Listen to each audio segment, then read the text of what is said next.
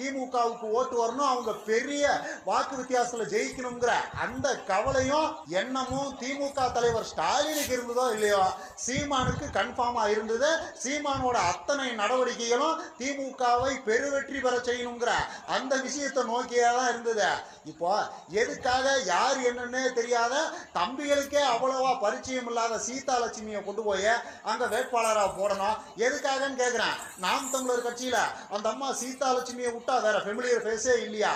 ஒரு 4 பேருக்கு தெரிஞ்ச மூஞ்சிங்கிறதே அங்க இல்லையா? இருக்குது தானே. 4 பேருக்கு தெரிஞ்ச மூஞ்சியான இடும்பாவனம் கார்த்தியை அங்க வேட்பாளராக போட்டிருந்தா டெபாசிட் வாங்கியிருக்கலாம்.